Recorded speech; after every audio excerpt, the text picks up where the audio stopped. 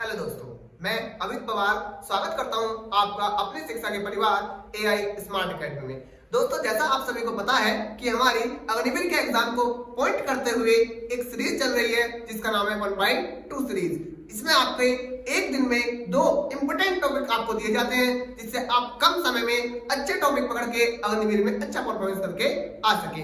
आज का आपका टॉपिक है साइंस, है ना। साइंस से रिलेटेड कुछ 20 से 25 सवाल आपको ऐसे कराए जाएंगे, ऐसे टॉपिक्स वन लाइनर बताए जाएंगे जिनको पढ़ने के बाद उनसे रिलेटेड बातें या same as it is way सवाल आपको एग्जाम में देखने के लिए मिलेंगे। तो भाई स्टार्ट करते हैं आज साइंस की सीरीज को, साइंस के कुछ इंपोर्टेंट क्वेश्चंस को। आइए मेरे साथ, तो आइए शुरू करते हैं साइंस के आपके कुछ टॉपिक्स।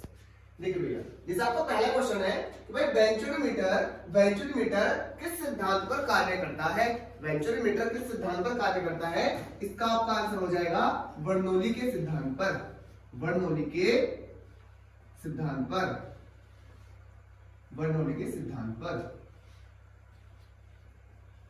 अगला क्वेश्चन देखेंगे आप, है ना। हमें वन लाइनर पढ़ने हैं सारे के सारे। आज हमको आज सारे के सारे वन लाइनर कवर करने हैं। देखिए भैया ने कहा कि जब असमान आवेश, असमान मतलब अलग अलग आवेश, एक पॉजिटिव क्यू और एक नेगेटिव क्यू, जब एक पॉजिटिव चार्ज हो और एक नेगेटिव चार्ज हो, जब असमान आवेश एक साथ आते हैं, तो क्या होगा भाई, आपका एक तो पॉजिटिव चार्ज है, एक आपका नेगेटिव चार्ज है। जब दोनों एक साथ आएंगे तो एक दूसरे का करेंगे अट्रैक्ट करेंगे, एक दूसरे का करेंगे हमारा ये अट्रैक्ट करेंगे, मतलब क्या करेंगे, आकर्षण करेंगे। क्या करेंगे भैया?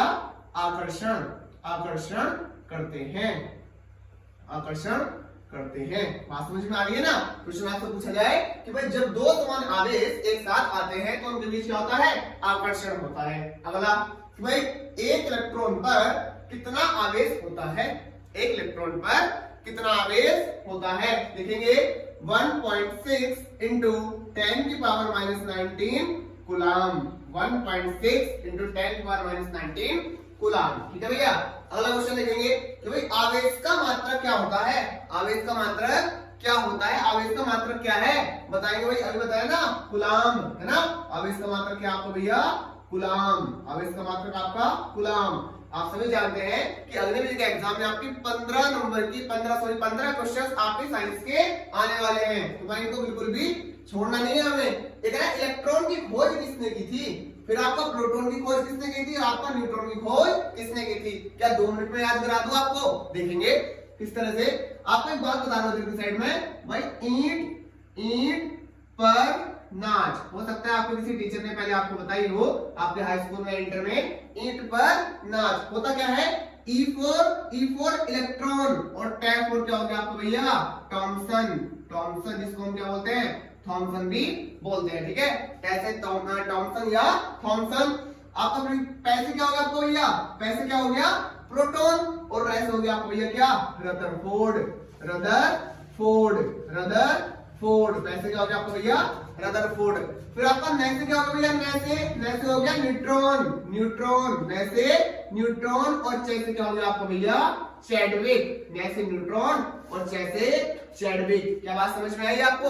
भाई एक ही लाइन में, एक ही सेंटेंस में तीनों याद हो गए। कैसे? ईंट पर नाच, ई से हो गया आपका इलेक्ट्रॉन, टे से हो गया टॉमसन, पै से हो गया प्रोटॉन, रे से हो गया रदरफोर्ड, ने से हो गया न्यूट्रॉन और आपका छह से हो गया चैडविक। बात समझ में आई ना भैया? तो ईंट पर नाच से आप याद रख सकते हैं इलेक्ट्रॉन, प्रोटॉन और न्यूट्रॉन की खोज। तो आपसे किसका पूछा है? आपसे क्या पूछा है कि भाई इलेक्ट्रॉन की खोज किसने की थी? थॉमसन। या इसका पूरा नाम है आपका जे थॉमसन या टॉमसन, दोनों इसके नाम हो सकते हैं। J Thomson. ठीक है भैया, जे थॉमसन। आगे जैसे आपका जो है प्रोटॉन की खोज किसने की थी? रदरफोर्ड। ऐसे प्रोटॉन और ऐसे रदरफोर्ड। आगे आपके पास कौन? आगे है न्यूट्रॉन मतलब ने से न्यूट्रॉन और चे से चैडविक। ने से न्यूट्रॉन और चे से भैया चैडविक। तो किसने की थी इसकी खोज? चैडविक। जिसका नाम क्या है? इसके पहले जेम्स जुड़ जाता है, जेम्स चैडविक बोलते हैं। तो भैया क्या बोलते हैं? James Chadwick. आगे देखते हैं कि भाई आवेश किन बातों पर निर्भर करता है। बहुत अच्छा क्वेश्चन है। एक तो आपको पूछा था कि प्रतिरोध किन बातों पर निर्भर करता है, और दूसरा आपका भैया कि आवेश किन किन बातों पर निर्भर करता है। देखते हैं कैसे पता करेंगे भाई। आवेश का फॉर्मूला होता है आपका Q बराबर Ne और दूसरा फॉर्मूला होता है क्या Q बराबर IT। Q बराबर Ne और Q बराबर IT। भाई N क्या है यहाँ पे? N क्या है? Number of electrons, number of electrons, number of electrons. और N क्या है? चार्ज ऑन ए इलेक्ट्रॉन, मतलब एक इलेक्ट्रॉन पर आवेश कितना होता है? 1.6 × 10⁻⁻�19 ये हमने अभी लिखा। तो हम देख सकते हैं कि आवेश किन किन बातों पर निर्भर रहेगा। एक तो नंबर ऑफ इलेक्ट्रॉन पे, मतलब इलेक्ट्रॉनों की संख्या पे। दूसरा 1.6 × 10⁻⁻19 है ना, ठीक है, आपका एक इलेक्ट्रॉन पर आवेश, इलेक्ट्रॉन के आवेश पर। फिर I4 आपका क्या हो गया? I4 हो गया current, I4 current, I4 current मतलब आपका वैद्युत धारा। तो Q आपका वैद्युत धारा पर भी निर्भर करेगा। और T4 क्या हो गया आपको भैया? T4 हो गया टाइम, T4 क्या हो गया? टाइम। तो ये चार फैक्टर ऐसे हैं, ये चार फैक्टर्स ऐसे हैं जिन पे आपका आवेश निर्भर करता है। क्वेश्चन आपको घुमा के पूछा जा सकता है एग्जाम में कि निम्नलिखित में से आवेश किन किन बातों पर निर्भर नहीं करता है, नहीं पूछ सकता है सवाल में। तो Q बराबर N नहीं जानना है, मतलब N पे निर्भर करेगा, E पे निर्भर करेगा, I पे और साथ साथ में आपका T पे। ठीक है भैया, आगे चेक करते हैं। तो इसका आंसर क्या हो जाएगा? अगर मैं इसका आंसर आपको एक लाइन में देना चाहूं, एक लाइन में इसका आंसर देना चाहूं भैया, तो क्या हो जाएगा? क्या हो जाएगा? एक तो वैद्युत धारा पर, वैद्युत धारा पर, वैद्युत धारा पर, और क्या पर? इलेक्ट्रॉनों की संख्या पर, इलेक्ट्रॉनों की संख्या पर, इलेक्ट्रॉनों की संख्या पर, और क्या पर? इलेक्ट्रॉन के आवेश पर, मतलब 1.6 × 10⁻⁻19 पर, है ना, कूलम। आगे भैया और किस चीज पर? और किस चीज पर? समय, समय पर, मतलब टाइम पर। ठीक है, हमने समझा ना इसको बारीकी से किस तरह से याद रख सकते हैं। अगला सवाल आपका कि प्रतिरोध का मात्रक क्या है। और भाई एक बात लिख के ले लेना कि आपके किसी न किसी शिफ्ट में पूछा जाने वाला है। ठीक है, प्रतिरोध का मात्रक क्या होता है, आपके किसी न किसी शिफ्ट में पूछा जाने वाला है। आप पिछले 2023 के 2022 के सवाल उठा के देख सकते हैं। आप किसी भी एग्जाम के सबसे ज्यादा पूछे जाने वाला क्वेश्चन है भैया आपका ये, सबसे ज्यादा पूछे जाने वाले क्वेश्चन कि प्रतिरोध का मात्रक क्या होता है। वो होता है आपका ओम। ठीक है, क्या होता है आपका? ओम। इस तरह से बनाते हैं इसको, इस तरह से, है ना, जिसका प्रतीक चिन्ह है। अगला सवाल देखते हैं भैया कि भाई बल का मात्रक क्या होता है। आप सभी मुझे बताएंगे बल का मात्रक क्या होता है भैया? बल का मात्रक क्या होता है? बल का मात्रक वही होता है जिसके सिर पर सेब गिरा था, है ना, याद रहेगा। बल का मात्रक वही होता है जिसके सिर पर सेब गिरा था, मतलब न्यूटन। न्यूटन बल का मात्रक क्या भैया आपका? न्यूटन। इसे डिनोट किस चीज से करते हैं? कैपिटल N से, याद रहेगा बल का मात्रक। ठीक है, बल का सूत्र पूछ लिया आपसे तो F बराबर ma, F बराबर ma। F क्या है यहाँ पे? बल। F क्या है? बल। M क्या है? मास। मास मतलब द्रव्यमान, मास मतलब द्रव्यमान। और आपका भैया A क्या है? A आपका एक्सलरेशन, एक्सलरेशन मतलब त्वरण, एक्सलरेशन मतलब आपका भैया त्वरण। क्या आप समझ गए सारे के सारे सवाल? आप इसका स्क्रीनशॉट ले सकते हैं। और एक बार ध्यान रखिएगा कि भाई आपके सवाल पूछे जाने हैं। सवाल आपके चुनिंदा ऐसे उठा के लाया हूं जो आपके पिछले एग्जाम में पूछे गए हैं, ये आने की संभावना है। आप इसका स्क्रीनशॉट ले सकते हैं और आपके सवाल याद होने चाहिए। चलते हैं अगले स्लाइड पे, देखते हैं अपने अगले स्लाइड को। भैया आपका अगला क्वेश्चन है कि प्रतिरोध का श्रेणी क्रम, प्रतिरोध का श्रेणी क्रम का फॉर्मूला क्या होता है आपका? भैया वो होता है आपके पास R बराबर R1 plus R2 plus R3। अगर यहीं पे आपसे पूछ ले समांतर क्रम का फॉर्मूला, समांतर क्रम का, तो वो होगा आपके पास 1/R is equal to 1/R1 plus 1/R2 plus 1/R3। Okay, अगला सवाल देखते हैं कि प्रतिरोध किन किन बातों पर निर्भर करता है। सवाल आपको इस तरह से आएगा कि प्रतिरोध किन किन बातों पर निर्भर नहीं करता है। निम्नलिखित में से प्रतिरोध किन बातों पर निर्भर करेगा या नहीं करेगा। आपका क्वेश्चन किसी भी तरह से ला सकता है।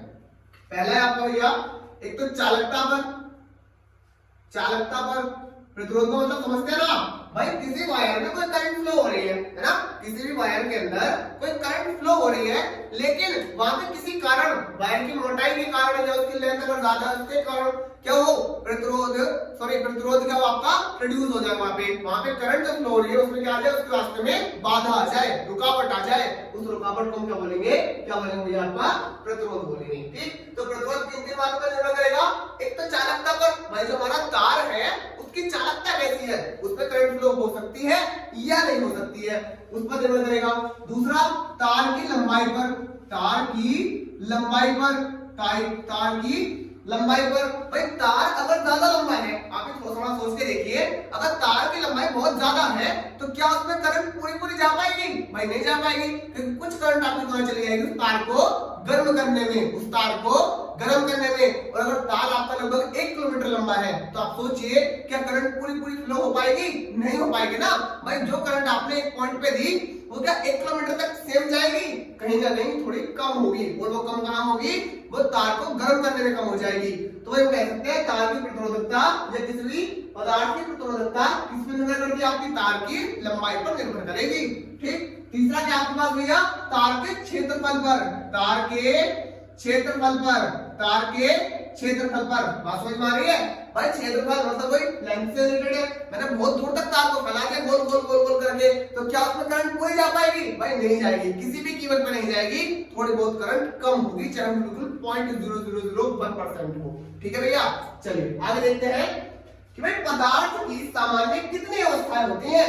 आप सभी को पता है पदार्थ की सामान्य कितनी अवस्थाएं होती हैं, 3 अवस्थाएं, ठोस, द्रव और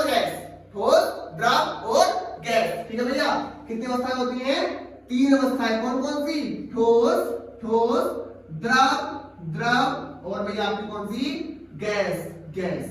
एक बात और आपको यहीं से सीखने को मिलेगी, अगर पूछे कि पदार्थ की सामान्यतः कितनी अवस्थाएं होती हैं तो 3, और कहे कि मॉडर्न केमिस्ट्री के अनुसार, मतलब आधुनिक रसायन के अनुसार पदार्थ की कितनी अवस्थाएं होती हैं आपकी भैया, 5। कितनी अवस्थाएं होती हैं आपकी, 5। तो दो कौन सी है, एक तो आइंस्टीन, ठीक है भैया, और दूसरी कौन सी आपकी प्लाज्मा, ठीक है, एक तो आइंस्टीन और क्या भैया दूसरी आपकी प्लाज्मा। अगर पूछे ना कि सामान्यतः कितनी अवस्थाएं होती हैं तो 3 अवस्थाएं, और पूछे आधुनिक विज्ञान के आधार पर, मतलब मॉडर्न केमिस्ट्री के आधार पर कितनी होती है आपकी, टोटल 5। दो कौन सी एक्स्ट्रा है, आइंस्टीन, और दूसरी कौन सी आपकी एक्स्ट्रा, प्लाज्मा। ओके, याद रहेगा ना। आगे बहुत ज्यादा पूछे जाने वाला क्वेश्चन कि भाई चांदी धातु है, अधातु है या उपधातु है। चांदी क्या है आपकी, धातु है, अधातु है या उपधातु है, तो आपको भैया इसमें क्या सही है कि चांदी क्या भैया एक धातु है, चांदी क्या भैया एक आपकी धातु पदार्थ है, ठीक है, धातु है, और जब ये धातु है तो इसके अंदर करंट फ्लो हो जाएगा, है ना। जब ये धातु है तो धातु की प्रॉपर्टी होती है कि हर एक धातु के अंदर आपका करंट फ्लो करेगा ही करेगा। अगला सवाल देखते हैं कि भाई प्रकाश का वेग सर्वाधिक होता है, the velocity of light is higher in the, भाई हवा में ज्यादा चलेगा या फिर पानी में ज्यादा चलेगा या कांच में ज्यादा चलेगा, आप बताएंगे कहां पे ज्यादा चलेगा प्रकाश, भैया निर्वात में, जहां पे किसी भी तरह की कोई वायु न हो, जहां पर किसी भी तरह की कोई वायु न हो वहां पे प्रकाश आपका सबसे ज्यादा गति से ट्रैवल करेगा। तो कहां पे चलेगा भैया आपका ये निर्वात में सबसे ज्यादा तेज चलेगा प्रकाश। ठीक, आगे देखते हैं कि सूर्य के प्रकाश को पृथ्वी तक आने में कितना समय लगता है। सूर्य के प्रकाश को पृथ्वी तक आने में कितना समय लगता है भैया, आप याद रखें इसको, 8.2 मिनट, 8.2 मिनट, कभी कभी आपको ये 8.3 मिनट भी देखने को मिल जाएगा, ठीक है भैया, या तो 8.2 मिनट, ऑप्शन में दोनों में से केवल एक ही आएगा, या तो 8.2 या 8.3। ओके, अगला सवाल देखते हैं कि भैया आसमान का रंग नीला क्यों दिखाई देता है। भाई मोस्ट इंपोर्टेंट लगा लेंगे सवाल पे, मोस्ट इंपोर्टेंट लगा लेंगे, पूछा जाने वाला है आपका सवाल कि आसमान का रंग नीला क्यों दिखाई देता है, क्यों दिखाई देता भैया आपका, सीधा सा आंसर इसका, प्रकाश के प्रकीर्णन के कारण, प्रकाश के प्रकीर्णन के कारण, प्रकाश के प्रकीर्णन के कारण, ठीक है भाई, प्रकाश के प्रकीर्णन के कारण। प्रकाश का प्रकीर्णन होता क्या है, आपने हाई स्कूल में समझा होगा, कभी इंटर में पढ़ा होगा कि भैया क्या करता है,